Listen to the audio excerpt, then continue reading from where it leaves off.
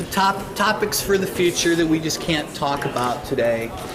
We're developing a 3D printing area, and our thing is printing with regolith, with dirt, space dirt. That construct large habitats and roadways and things like that. So we don't have much to show, but as we evolve we'll have more demonstrations. And we don't have time today to talk about advanced life support. Parts of our lab, they try to close the loop on life support, so you can cut ties with planet Earth.